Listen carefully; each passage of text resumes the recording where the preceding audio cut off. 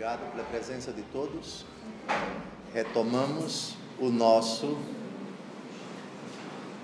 encontro, o nosso estudo, o nosso aprofundamento sobre a providência divina. Providência, cuidado, zelo, atenção, solicitude, proteção, todas essas palavras decorrem dessa certeza.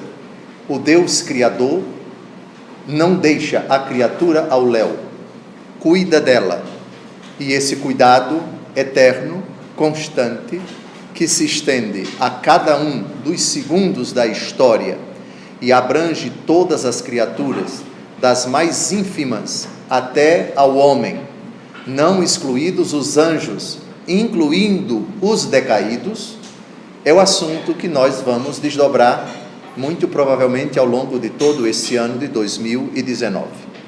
O primeiro assunto para tratar da providência, que foi o assunto que já iniciamos no encontro passado, é a criação. Para falar do Deus que cuida, é preciso descrever alguma coisa, falar alguma coisa, abordar alguma coisa daquilo que veio à existência por um ato amoroso de Deus, e essa é a razão da criação. Deus não criou nada por necessidade. Deus não criou porque estava obrigado, porque devia criar. Isso, além de ser blasfemo, ou seja, um insulto a Deus Todo-Poderoso, porque um ser acima do qual e igual ao qual não existe absolutamente nada, não pode agir senão por livre decisão, não coagido por nada nem por ninguém. A razão da criação é o amor de Deus e amor livre. Citamos alguns textos do Antigo Testamento e também um do Novo, onde vimos que as criaturas vieram à existência do nada. Deus criou do nada. Antes as criaturas não eram e vieram à existência. Faça-se a luz. E a luz foi feita. Antes a luz não existia. E Deus foi criando naquela cadência descrita no livro do Gênesis, e todas essas criaturas que não existiram vieram à existência. Vamos somente recordar Romanos capítulo 4, versículo 17, que foi o último versículo do nosso último encontro. Na sua Bíblia, procure, por favor, para anotar, se quiser, porque é um texto de grande importância. O outro texto do Antigo Testamento que mostra que as criaturas não eram e vieram à existência, uma frase da mãe dos 7 irmãos macabeus que foram trucidados no segundo livro dos Macabeus, já vimos isto. Mas do Novo Testamento, essa talvez seja a frase mais importante que prova que as criaturas foram feitas do nada. Romanos 4,17, leiamos em voz alta. Em verdade está escrito: eu te constituí pai de muitas nações. Nosso Pai, portanto, diante dos olhos daquele em quem acreditou, o Deus que dá vida aos mortos e chama à existência as coisas que estão no nada. A providência então começa, já que em Deus não se pode falar de um começo, porque Deus não tem começo, mas para a nossa compreensão, o começo da providência é a eternidade.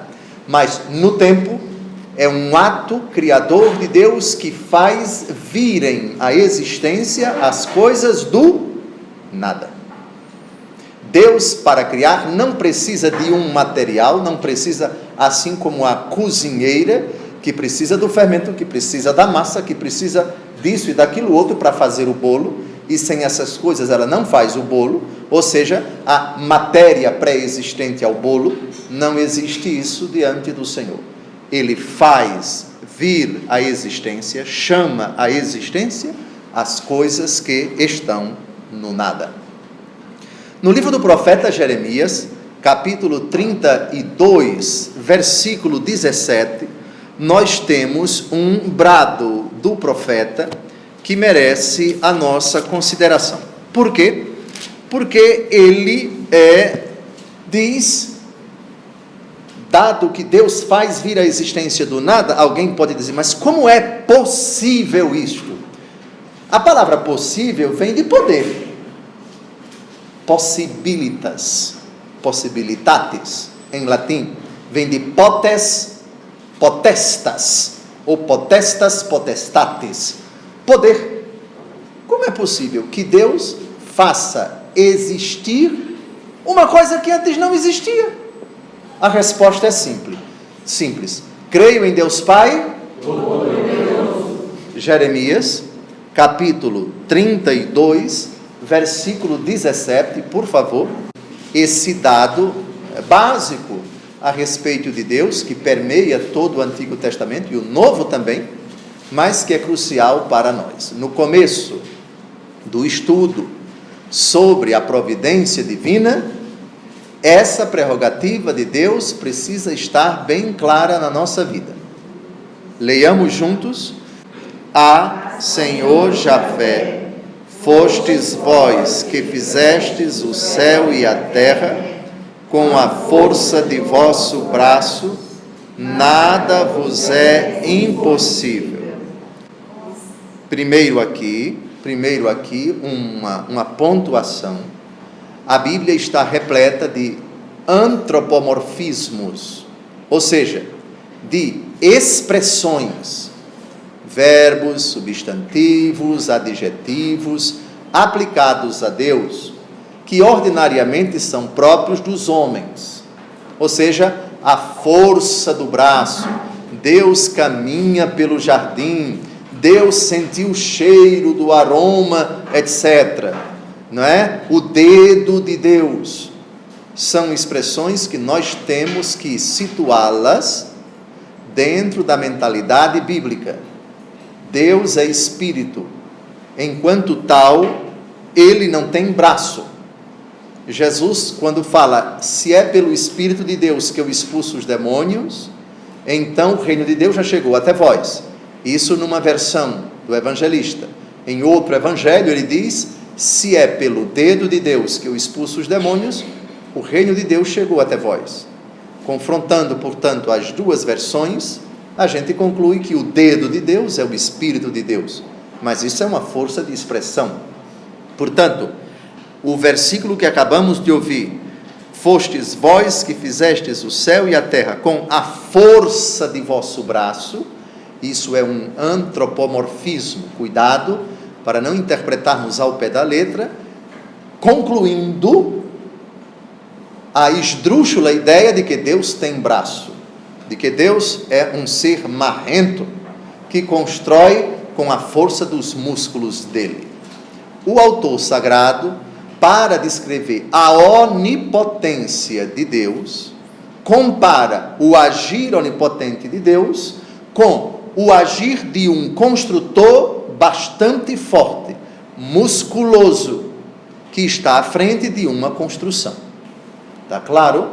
Essa pontuação é muito importante. Mas mais importante do que essa expressão com a força do vosso braço é: nada vos é impossível. Não por acaso, no diálogo da Santíssima Virgem Maria com o arcanjo Gabriel, a Santíssima pergunta ao arcanjo: como se fará isso se eu não conheço homem algum?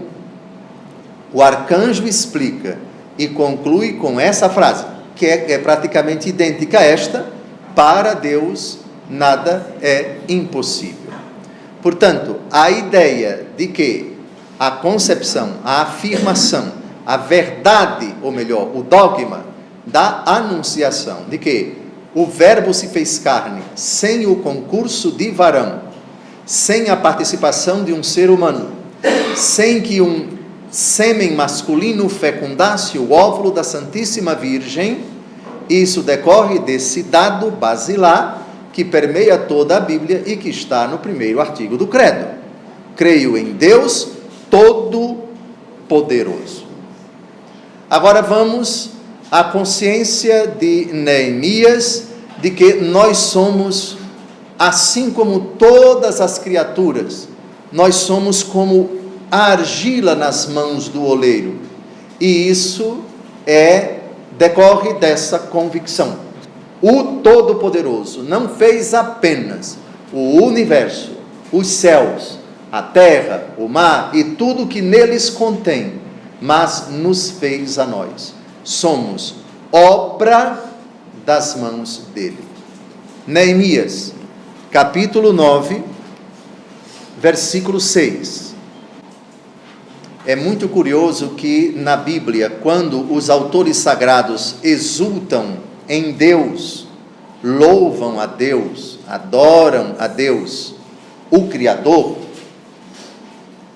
eles o fazem em tom de oração, de êxtase, de gratidão, de louvor, de estupefação, isto é, como que abismados diante de tanta grandeza, diante da perfeição da obra de Deus. Aqui não é diferente. Neemias capítulo 9, versículo 6. Sois vós, Senhor, vós somente, que fizestes o céu dos céus e todo o seu exército, a terra e tudo o que ela contém, o mar e tudo o que nele se encerra. Sois vós quem dais a vida a todos os seres, e o exército dos céus vos adora. Eu me recordo que quando estudamos tanto o Apocalipse quanto o livro do Gênesis, fizemos alusão à expressão céu dos céus. São Paulo, descrevendo uma das visões que ele teve, ele fala do quinto céu. Que significa céu dos céus? Significa o lugar mais longínquo, o lugar mais distante, o cume, o ápice da transcendência, o que está mais distante do homem no firmamento, que ele não consegue enxergar. O que hoje nós diríamos com categorias da astronomia, o abismo da imensidão do universo. Aquilo que em astronomia é projetado para bilhões de anos-luz. Um ano-luz, vocês sabem que é a distância percorrida pela luz em um ano.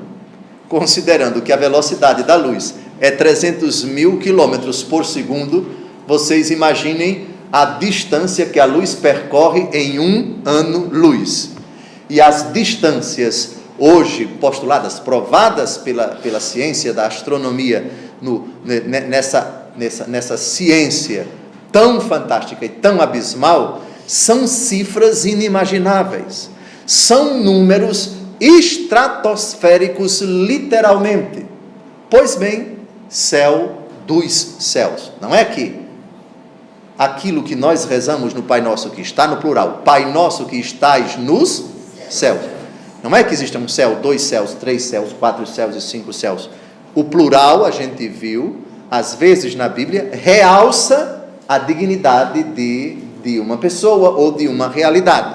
Portanto, a habitação de Deus por excelência, façamos o homem à nossa imagem e semelhança. É claro que os padres da igreja viram no façamos uma alusão às 3 pessoas da Santíssima Trindade, mas é uma leitura posterior. O façamos, num primeiro significado, exalta a dignidade de quem está falando.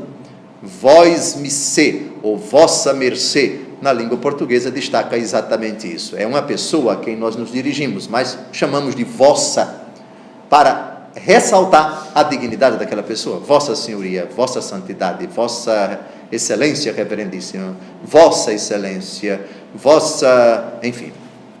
Pois bem, céu dos céus e todo o seu exército. Atenção, aqui estamos diante de uma expressão antiquíssima da língua hebraica.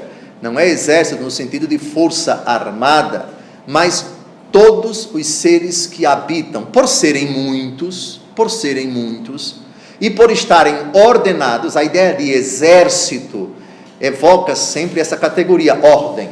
Exército é ordem, porque tem disciplina, tem hierarquia, e é uma instituição extremamente organizada, já desde os tempos bíblicos. Ora, a ordem do universo postula não um caos, mas um cosmos. Existe uma harmonia. tudo que reside, tudo que habita no universo é ordenado. Existem leis que Deus colocou em cada grupo de seres. Seres animais, seres vegetais, seres minerais, etc. E existe no todo uma impressionante, uma belíssima, uma estarrecedora, no bom sentido, harmonia, uma ordem. E é nesse sentido que se fala de exército. 2 vezes exército ali em cima, e o exército dos céus vos adora. Propriamente falando, só quem adora a Deus é o homem. Mas cada criatura, ao seu modo, adora a Deus. Lembram do Salmo 18? Os céus narram a glória de Deus e o firmamento anuncia a obra de suas mãos. É claro que o animalzinho, que o passarinho, adora a Deus do seu jeito, irracionalmente, cantando com aquele canto bonito, paparicando com o seu biquinho, levantando suas asas, voando, ele adora do seu jeito. Os céus narram a glória de Deus e o firmamento anuncia a obra de Deus. É uma criatura que revela o poder, a onipotência do Deus que deve ser adorado. A criaturinha não sabe que existe um Deus que a criou e que a conserva, mas ela, ao seu modo, adora a Deus. Aqui, então, por favor, estritamente falando, só se adora a Deus com inteligência e com vontade. Ora, se o exército dos céus adora a Deus, nós podemos dizer que o demônio, que não adora a Deus no sentido estrito, adora a Deus pelo simples fato de ser criatura.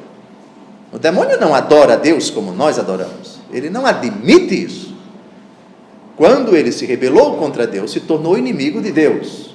Portanto, não se dobra diante de Deus, não reconhece o senhorio de Deus. Mas, nesse sentido de Neemias, capítulo 9, versículo 6, um sentido genérico, o sentido que comporta todas as criaturas, ou seja, dado que o passarinho é criatura e o demônio também é criatura, e Deus não criou o demônio mau, Deus criou todas as criaturas boas. O demônio e os seus anjos aqui se afastaram de Deus. Então, enquanto criatura de forma imperfeita, ou seja, não precisa de uma forma derivada pelo fato de ser criatura, todas as criaturas adoram a Deus. Todas elas reconhecem, pelo simples fato de serem criaturas, e como tais, de terem procedido de Deus, de que procedem de Deus, a lesma, o vírus, o bacilo, os seres mais ínfimos, mais desprezíveis, adoram a Deus dessa forma. Isto é, glorificando o Senhor pelo simples fato de serem criaturas. Muito bem. Agora vamos a 5 textos do livro dos Salmos, porque eles também suscitam no nosso coração esse desejo de dizer grandes coisas diante da beleza, da perfeição, da impecabilidade, da intangibilidade, da parte de qualquer imperfeição, da parte de qualquer imprecisão, tudo aquilo que Deus fez. Se existe, é porque foi feito por Deus. Eu repito aquilo que nós aprendemos no catecismo. Os demônios, os anjos maus, rebeldes, que se afastaram de Deus, Deus não os criou assim. Deus não os fez maus. Deus não criou anjos renegados. Deus não criou ninguém para ir para o inferno. Reparem a frase que nosso Senhor Jesus Cristo disse no capítulo 25 de São Mateus, o juízo final, que todos os internautas, todos vocês sabem de có e salteado. As palavras que nosso Senhor Jesus Cristo pronunciará para os condenados: apartai-vos de mim, malditos, para o fogo do inferno, preparado para o demônio e para os seus anjos. O texto não diz quem foi que preparou.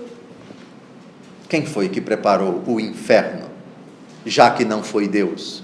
E dado que Deus criou os demônios, os anjos bons, e depois todos os anjos bons, e depois alguns se rebelaram. Quem foi que preparou o inferno para os demônios? Os próprios. Perceberam na linguagem de Mateus 25 que o verbo preparar, que está no particípio, preparado, ele não disse preparado por Deus, ele não disse preparado por mim, ele disse preparado para o demônio e para os seus anjos. Na linguagem, eu acho que corriqueira da minha região e da de todo mundo, você está preparando um buraco onde você vai cair. Já ouviram essa expressão? Que fulano está preparando a ruína dele, está preparando a desgraça dele, está preparando a perdição dele. Ele mesmo está, no sentido, ele mesmo está construindo o buraco onde ele vai cair. Está preparando a sua cova. Mais radical, você está preparando a sua cova. Você está pedindo para morrer. Você continua se embriagando, se drogando, ou está envolvido nesse tipo de coisa. Você está preparando a sua própria ruína. É um sentido que aqui na língua portuguesa nós assimilamos muito bem. É claro que é uma metáfora. Ou seja, você está semeando e você vai colher. O que você está semeando aqui, você vai colher mais na frente. É no sentido de preparado. Está claro? Muito bem. Então, agora vamos aos salmos. Nós temos 4 salmos a investigar. Todos eles que exaltam a grandeza, a perfeição, a sapiência do ato criador de Deus. Tudo que existe fora dele é obra dele. Essa categoria que alguns cientistas não gostam de tratar, criação, mas esses cientistas que respeitamos, mas discordamos do seu pensamento, não querem falar isso porque, segundo eles, não é uma categoria científica. A teologia é uma ciência e na ciência teológica, criação é uma categoria imprescindível, obrigatória, necessária. Salmo 23, versículos de 1 a 2. Do Senhor é a terra e tudo o que ela contém, a órbita terrestre e todos os que nela habitam, pois Ele mesmo a assentou sobre as águas do mar e sobre as águas dos rios a consolidou. Mais uma vez aqui é preciso fazer algumas pontuações. Lembrem-se que a Bíblia não é um livro de precisão científica segundo os critérios da ciência geográfica, da ciência quântica, da ciência biológica, de qualquer ramo científico. É um livro da ciência da fé e um livro escrito com uma linguagem antiquíssima, não digo ultrapassada absolutamente. Céus e terra passarão, mas minha palavra não passará. A imagem perdura para sempre, e essa imagem traduz a concepção de mundo do autor sagrado daquele tempo. Como eles não tinham a noção que na época de Galileu Galilei e de outros cientistas antes e após ele, de que a terra é redonda e gira em torno do sol. Isso é uma descoberta recente na história da igreja e não o contrário. Antigamente pensava-se que a terra era uma realidade plana, sustentada por colunas e tendo a abóbada celeste circundando o planeta Terra, que era plano. Uma ideia bem primitiva, mas uma ideia que, guardadas as devidas proporções, temos que respeitar. Para além dessa concepção que hoje está superada, o que perdura desses 2 versículos? Tudo o que existe é obra de Deus. Portanto, Deus criou, consolidou, solidificou, por assim dizer, deixou acabada, no bom sentido, não de destruída, mas de concluída a sua obra. E tudo está no seu devido lugar. Ou seja, as águas têm o seu curso, a terra tem o seu curso. Hoje nós podíamos até dizer, lendo com as descobertas mais recentes, de que 2/3 do planeta Terra são de água doce, salgada, etc. Assentou sobre as águas do mar e sobre as águas dos rios a consolidou. Vejam, a ideia de que o planeta Terra era todo água e a terra veio depois. E Deus colocou a terra em cima da água. Se bem que hoje nós sabemos que, dependendo das eras geológicas, o que hoje é deserto, outrora foi mar, o que hoje é mar, outrora foi deserto, o que hoje é água doce, antigamente era água salgada, e assim por diante. A história do planeta, a evolução do nosso planeta, desde o Big Bang, porque esse pedacinho inexpressivo do universo é o resultado daquilo que a ciência chama de Big Bang e daquilo que o Senhor Deus, no livro do Gênesis, diz: faça-se a luz. Muito bem, para nós é irrelevante se antes isso aqui tudo era terra e depois vieram as águas doces e salgadas. As teorias que postulam exatamente o contrário, para nós isso é irrelevante.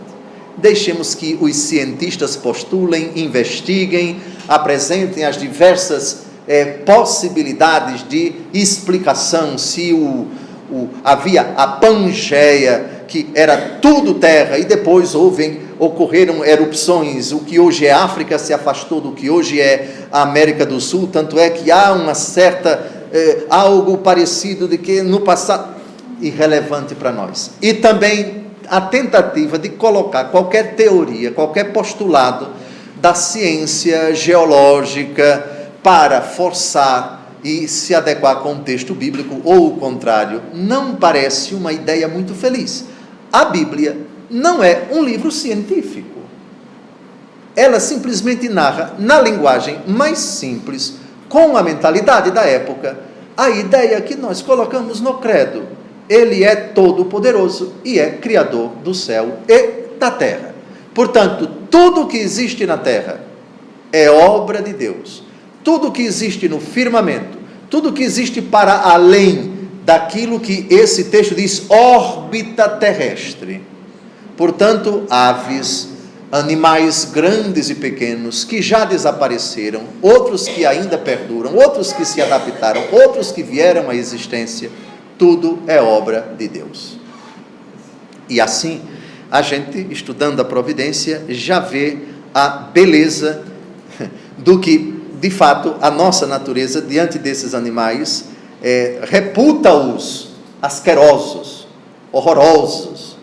Quem é que gosta de ter um escorpião aqui por perto? Quem é que gosta de ver uma lacraia aqui por perto? Quem é que gosta de ver um animal horrendo, apesar de bonito, mas ele mete medo, beleza e pavor? Às vezes Deus colocou na nossa vida e em certos animais. Quem não acha bonito um tigre de Bengala? Muito bem construído, a pele dele é belíssima, agora ninguém chegue perto dele, pelo amor de Deus. Quem não acha bonita uma onça? Quem não acha bonito um leopardo, um guepardo, que às vezes pode comer um ser humano? Quem não acha bonita uma raposa que pode comer as galinhas do pobre agricultor, que às vezes fica enfesadíssimo e pega a sua espingarda, soca tempero, para tentar matar aquele bicho asqueroso que está comendo a criação do pobre coitadinho? Ou então aqueles outros animais, a serpente, a víbora, a áspide e todas as suas modalidades de cobras, de serpentes venenosas, enfim, tudo obra de Deus. Claro que a gente vai ver mais para frente, porque Deus criou animais que podem colocar em risco a nossa vida. Sim, são animais perigosos. Sim, são seres que ameaçam a nossa integridade física, o nosso patrimônio, que ameaçam a integridade dos nossos entes queridos, enfim, e às vezes mordem, e às vezes matam, e às vezes engolem, os tubarões, as orcas assassinas, esses animais pavorosos, e as piranhas de água doce, as piranhas, se é que existe, de água salgada, enfim, as pitões, não é? As anacondas e tantos outros, os animais ditos asquerosos, ditos horrorosos, ditos pavorosos, mas todos são obra de Deus. Mais para frente, a gente vai ver que a importância da ordem, a importância também da permissão de Deus dos males físicos, porque os males morais vamos ver bem mais para frente no plano da providência divina. Ou seja, a áspide é venenosa, a cobra é um animal asqueroso e não podemos permitir, e temos que tomar todo cuidado, limpeza, etc., para manter esses animais violentos, assassinos, impiedosos longe da gente, porque são uma ameaça. Mas apesar da sua fisgada, apesar da sua bordoada, apesar da sua picada, que às vezes causam tremendo sofrimento, isso não desmerece, isso não compromete a beleza, a perfeição da criação. Alguém me mandou um vídeo de caseiro, feito numa cidadezinha do interior, nem sei onde, a importância de não matar as lagartixas. Por que não matar as lagartixas? Animais tidos como desprezíveis. O que foi que ele fez? Ele pegou um copo de plástico e colocou um escorpião na parede. E a parede tinha 6 lagartixas. As lagartixas, quando viram o escorpião, se aproximaram, 6. E uma delas foi e imediatamente comeu, na hora, o escorpião. A cadeia alimentar. Deus fez os animais tidos como desprezíveis, os seres como os mais inexpressivos, mas de fundamental importância no todo. A bactéria que atua sobre os cadáveres, levando-os à decomposição. Isso é extremamente importante para que o cadáver se decomponha. Já essas bactérias são alimento para outros seres, e esses outros seres são alimentos para aqueles outros seres, e um depende do outro, e um se encaixa perfeitamente naquilo que nós chamamos a grande cadeia, não apenas alimentar, mas essa estrutura impressionantemente grande, onde, conforme nosso Senhor diz no capítulo 6 de São Mateus, até os vossos cabelos são contados. Quem lembra dessa frase? Quem lembra? Buscai primeiro o reino de Deus, olhai os lírios dos campos, nem Salomão com toda a sua glória se vestiu com todo o esplendor, etc. Até os vossos cabelos são contados. Essa frase me toca. Por quê? Claro que ela fala dos nossos cabelos, quer dizer, o meu não, já está tudo caindo, mas qualquer coisa no universo está contado, foi pensado, se quisermos assim, foi estudado, foi querido, foi desejado por Deus desde toda a eternidade. Da bactéria, do bacilo, do vírus, seja o vírus benéfico, seja o vírus maléfico, sejam aqueles animais, aquelas estruturas tão ínfimas, das quais, muito tempo depois, os seres humanos descobriram que ali continha, repare que coisa bonita, não apenas no mundo da homeopatia, mas também de outros ramos da ciência, quantas vacinas, quantos fármacos, quantas descobertas na natureza, por acaso, depois de que muitos comeram e se envenenaram, depois que muitos comeram, mas na devida proporção, descobriram que isso era útil, que isso era válido.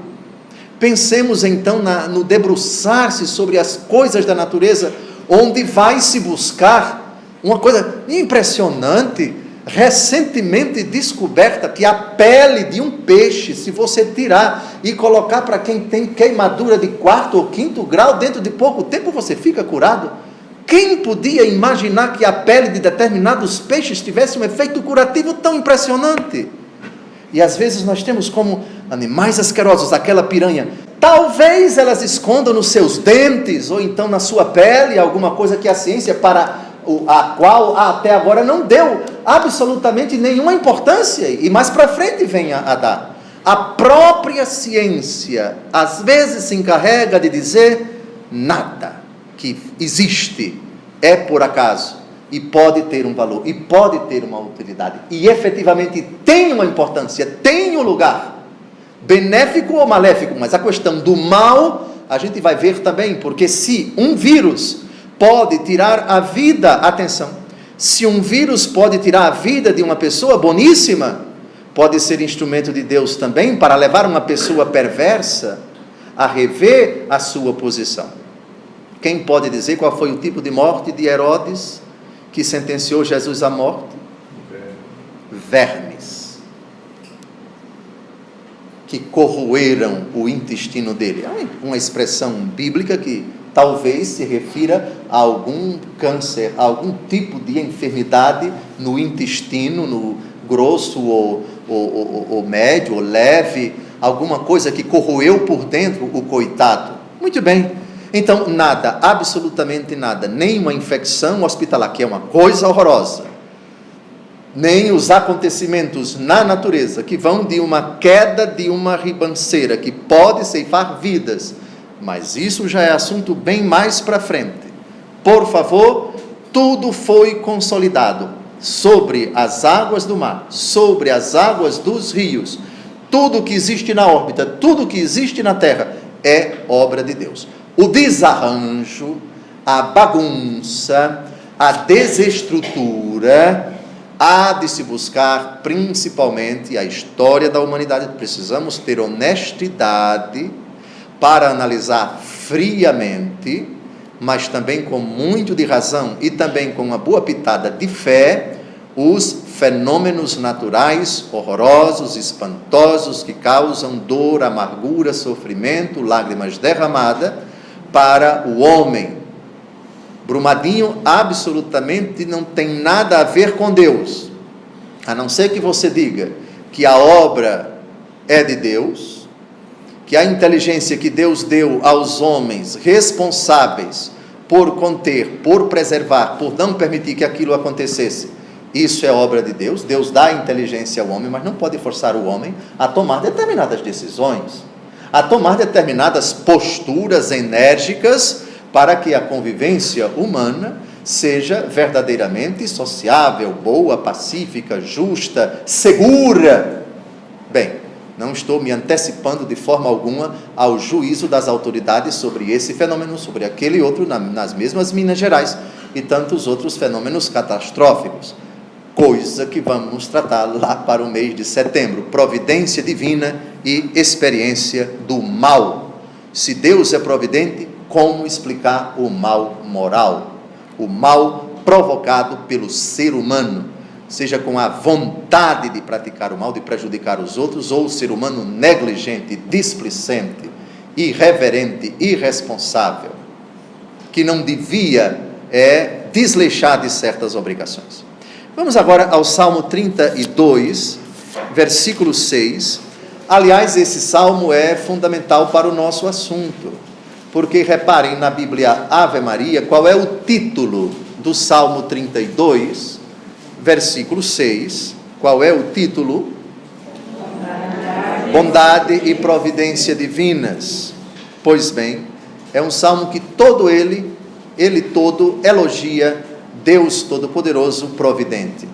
Tudo que existe é bom, não existe absolutamente nenhum mal, não existe maldade no demônio enquanto criatura. A maldade que existe no demônio é a iniciativa dele, mas enquanto criatura, é uma criatura boa, porque Deus não faz absolutamente nada de mal. O que se diz para o demônio e para os seus sequazes, se aplica a todas as criaturas. Não existe maldade na criatura, porque ela é obra de Deus. Salmo 32, versículo 6, todos juntos. Pela palavra do Senhor foram feitos os céus, e pelo sopro de sua boca todo o seu exército. Comentando esse versículo, Santo Agostinho adverte: cuidado aqui para não termos uma visão, uma noção antropomórfica da palavra, como se Deus, ao falar, parecesse com um trovão. Bum!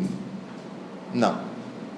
A palavra de Deus qual é? Qual é o verbo de Deus? O verbo que se fez carne, Jesus. Jesus é a palavra de Deus, é a segunda pessoa da Trindade.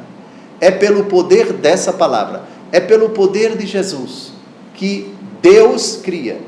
Jesus é a palavra, é o verbo de Deus. É nesse sentido, cuidado para não mentalizarmos uma ideia sonora de palavra.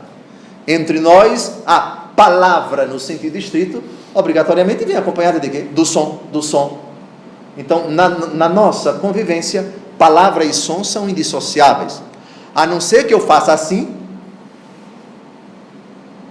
ninguém está ouvindo. Eu também não estou dizendo nenhuma palavra, eu estou apenas teatralizando com os lábios, como se fosse uma pessoa muda. Mas aí não tem palavra, muito menos som, porque não tem som nem tem palavra. Então tem o balbuciar de lábios que batem e a boca que abre, mas aqui não há nenhuma palavra. Mas a palavra do Senhor não é nesse sentido, como se Deus tivesse lábios. O verbo que se fez carne, Jesus Cristo, se encarnou e no céu está sentado à direita do Pai, ressuscitado. Então ele tem lábios, mas Deus enquanto tal não tem lábios. A segunda pessoa da Trindade, depois que se encarnou e subiu ao céu e sentada está à direita do Pai, ele tem lábios. Jesus ressuscitado, o seu corpo perfeito se encontra no céu, mas o Pai não tem lábios, o Espírito Santo não tem lábios. E antes, se é que se pode falar em Deus, da encarnação, o verbo não tinha lábios. Essa é a primeira pontuação. Ou seja, tudo foi feito por Jesus. Tudo foi feito por ele e sem ele nada foi feito. Daí a importância de, lendo certos textos do Antigo Testamento, lermos esses textos à luz do Novo Testamento. É o Novo Testamento que ilumina o Antigo e não o contrário. Vamos então ao prólogo de São João, por favor, capítulo 1. Quem encontrar a afirmação onde São João diz que tudo foi feito por ele e sem ele nada foi feito, já sabe que passagem vai ganhar e para onde irá a pé. Evangelho segundo João, capítulo 1, versículos de 1 a 3. O versículo que nos interessa é o versículo 3, mas para a gente entender de quem é que São João está falando, temos que ler os 2 primeiros versículos. Os 2 primeiros versículos, aliás, todo o capítulo 1 fala de Jesus. Verbo é a palavra de Deus. A palavra de Deus é a segunda pessoa da Trindade. A segunda pessoa da Trindade é nosso Senhor e Salvador Jesus Cristo, que se encarnou. Então, vamos ler devagar. Esse versículo 3 de São João, capítulo 1, é importante para a gente entender o Salmo 32, versículo 6. Pela palavra do Senhor foram feitos os céus. Quem é a palavra do Senhor? O Evangelho segundo João explica, é o verbo do Senhor. O verbo do Senhor, Deus Pai. Vamos ler devagar. No princípio era o verbo, e o verbo estava junto de Deus, e o verbo era Deus. Ele estava no princípio junto de Deus. Agora, o versículo 3 é o que nos interessa aqui para o Salmo 32, versículo 6. Bem devagar, todos juntos, em voz alta. Tudo foi feito por ele, e sem ele nada foi feito. Ficou claro? Então, no começo, Jesus já existia. O Pai fez todas as coisas por meio da palavra dele. Quem é a palavra dele? Jesus. Jesus que sempre existiu com o Pai. No princípio era o verbo. O verbo estava junto de Deus. O verbo era Deus. Esse verbo que no versículo 14, do mesmo capítulo de São João, dele se diz, o verbo se fez carne e habitou entre nós.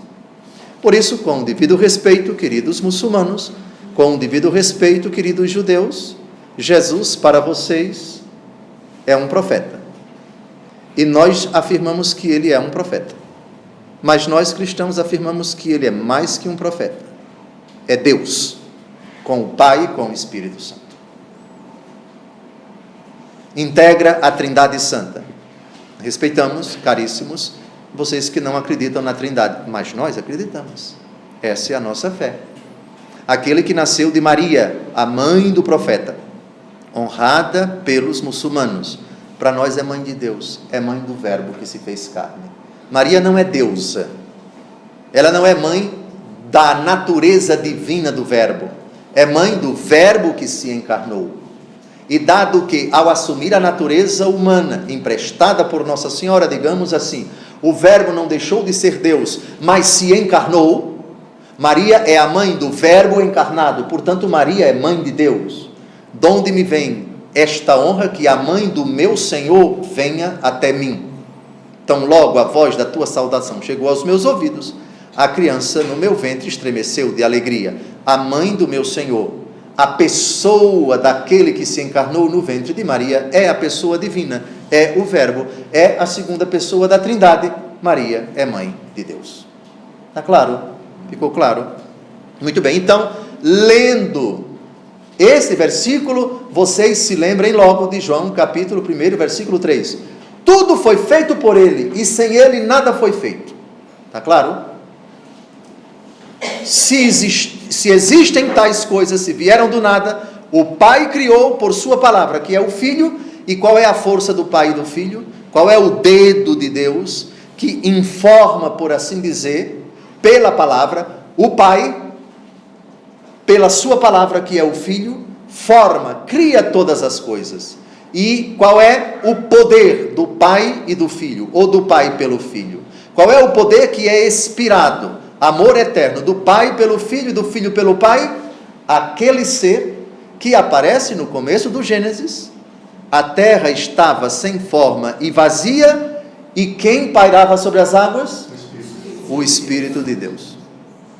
Portanto, a criação é obra da Trindade. Não é somente o Pai quem cria. O Pai cria pela palavra dele. Quem é a palavra dele? O Filho. E quem é que informa, isto é, que dá forma a todas as coisas? Aquele que pairava sobre as águas. É a força de Deus, é o poder de Deus. Digamos assim, é aquele que concretiza, aquele que operacionaliza, ou se quisermos, opera a obra do Pai pelo Filho. A criação é obra da inteira Trindade. Muito bem. Sopro de sua boca e exército. Eu acho que não precisa repetir, não é? Por favor, a ideia de que o Altíssimo Céu é uma espécie de Forte Caxias, como aqui no Comando Militar, no setor militar urbano em Brasília, é completamente equivocada. O sopro de sua boca, todo o seu exército, ou seja, todos os seres que integram os céus, tudo aquilo que habita nos céus e na terra, procede de Deus. Sopro de sua boca, mais um antropomorfismo, ou seja, o poder que procede de Deus faz virem à existência todas as criaturas, assim como na linguagem humana, que nós estamos diante de um antropomorfismo comparativo, ou seja, Deus é o Criador, como se fosse um homem que sopra e as coisas vêm à existência. O Moisés de Michelangelo, obra perfeitíssima, dizem, parece que é verdade mesmo, essa obra está numa igreja em Roma, perto do Coliseu, que é a igreja de San Pietro in Vincoli. Dizem que quando ele terminou de fazer a obra, ele pegou um cajadinho e disse: fala, tão perfeita foi a obra. A ideia de um Deus que com sua boca, um Deus que sopra, um Deus que tem lábios como nós temos, que tem dente, que tem língua, que tem hálito, não procede. Esse é mais um antropomorfismo que precisa ser situado, contextualizado no mundo bíblico, que tinha um instrumental linguístico que não é o nosso, e que nós não podemos ignorar, e qualquer transposição que chegue à conclusão da ideia de um Deus feito à maneira humana é descabida e não pode ser aceita de forma alguma. Mas nessa tecla eu já venho batendo há 7 anos, eu duvido que um de vocês ainda ponham em xeque isso. Eu acho que isso já está tão claro na mente de vocês que esse tipo de absurdo, essa ideia de um Deus que caminha, de um Deus que sua, de um Deus que cansa, de um Deus que descansa, o descanso de Deus no sétimo dia, Deus repousou no sétimo dia. Eu já falei tanto em 7 anos que eu nem vou tocar mais no assunto, porque é mais um antropomorfismo, ou seja, Deus concluiu sua obra e lançou um olhar sobre ela e viu que tudo era muito bom. Isso depois que ele fez o homem no 6º dia. Antropomorfismos, antropos, homem, morfeo, é forma, morfé, é uma forma humana de se descrever a ação de Deus ou o próprio ser de Deus. Pulemos agora para o Salmo 88, versículo 12. Todos juntos? Vossos são os céus e também a terra, vós que criastes o globo e tudo o que ele contém. A ideia é a mesma. Deus Criador.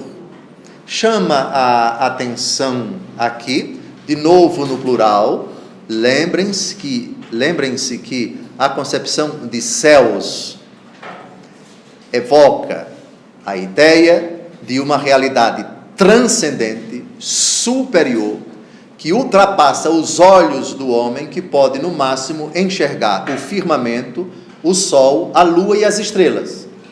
Então se falava de vários céus. Hoje é óbvio que a ciência, pelo menos aqui no planeta Terra, divide por categorias, digamos assim, o espaço aéreo. Daí se fala de estratosfera, se fala de ionosfera, fala de várias esferas, que não me perguntem quais são as divisões, até chegar fora, não é, do que nós chamamos camada de ozônio, e acima da qual existem outras camadas. São distinções da astronomia que não nos interessam agora. Aqui, o plural não tem nada a ver com o que a ciência hoje elenca em determinadas categorias. É um plural de honra, um plural de dignidade, um plural que evoca a ideia de um espaço, de um ambiente grandioso onde reside Deus. Aliás, Jesus reservou para o Pai Nosso, no plural, a palavra céu.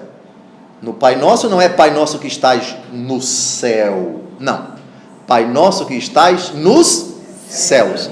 Vamos a Mateus capítulo 6, vamos ver Mateus capítulo 6, e aqui eu queria ver, curiosamente, no grego, está no plural. Olhem como está na Bíblia Ave Maria.